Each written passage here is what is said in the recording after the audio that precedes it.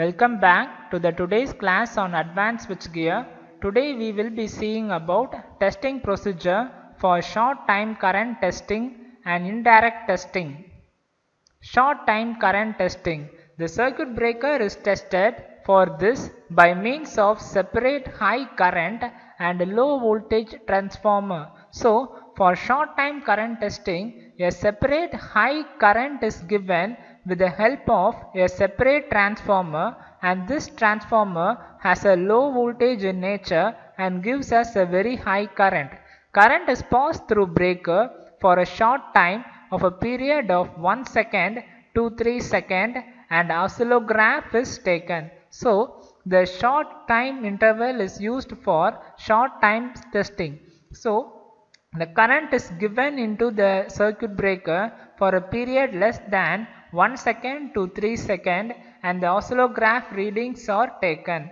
Good contact should be maintained in spite of forces produced by the short circuit current to avoid welding of the contact. So, a very good contact is maintained because a very heavy force is produced during the short circuit occurring time, and a short circuit current will weld the contacts.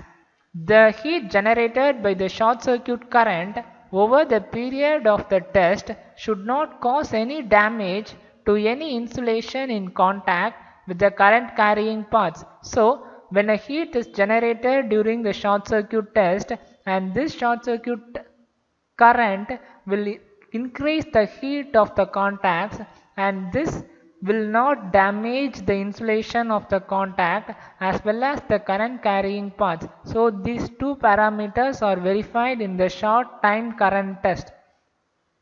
When breaker has cooled down to ambient temperature, it should be capable of carrying full load current continuously without excessive temperature rise. So, after the test is completed, the breaker should cool down to its ambient temperature level and it should be capable to carry the full load current continuously without any temperature rise. Equivalent RMS value of current during a short circuit is as follows.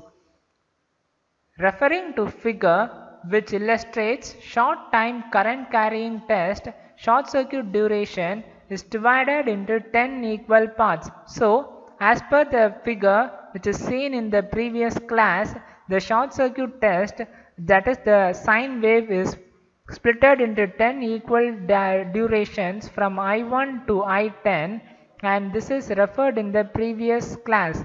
So, the RMS value of the current at each of these instants of time is calculated by the same method as that of breaking current.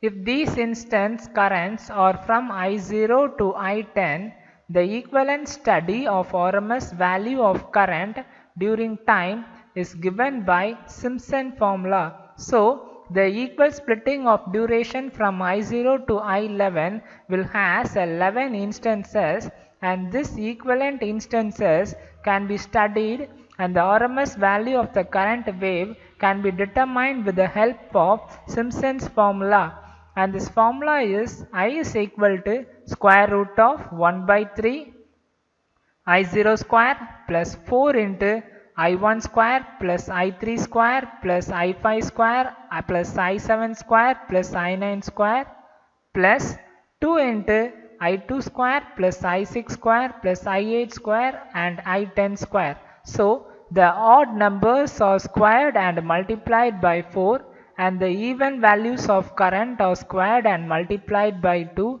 and the complete set is divided by root 3 and the square root is taken to find the RMS value of the current during each instant from I0 to I10. Indirect testing. The short circuit power available in earlier testing station of the order of 4000 MVA in laboratory type testing. So, the short circuit power which is available in the laboratory testing is only up to 4000 MVA, and which is not sufficient for testing a complete circuit breaker having a capacity which is of the order of rated breaking capacity itself 1000 MVA at 245 volt.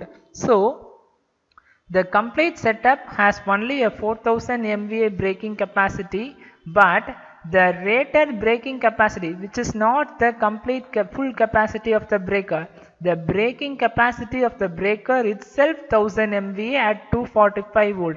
So this heavy breakers cannot be directly tested or completely tested in the laboratory with the help of indirect testing stations.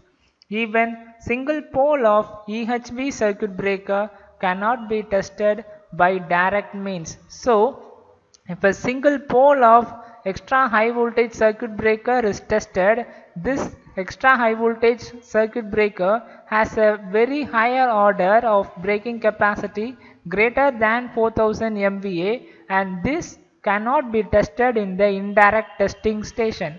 It is therefore necessary to utilize some of the indirect testing methods. The important indirect testing methods are unit testing and synthetic testing. We will be discussing about unit testing and synthetic testing in the later slides in later classes. Thank you.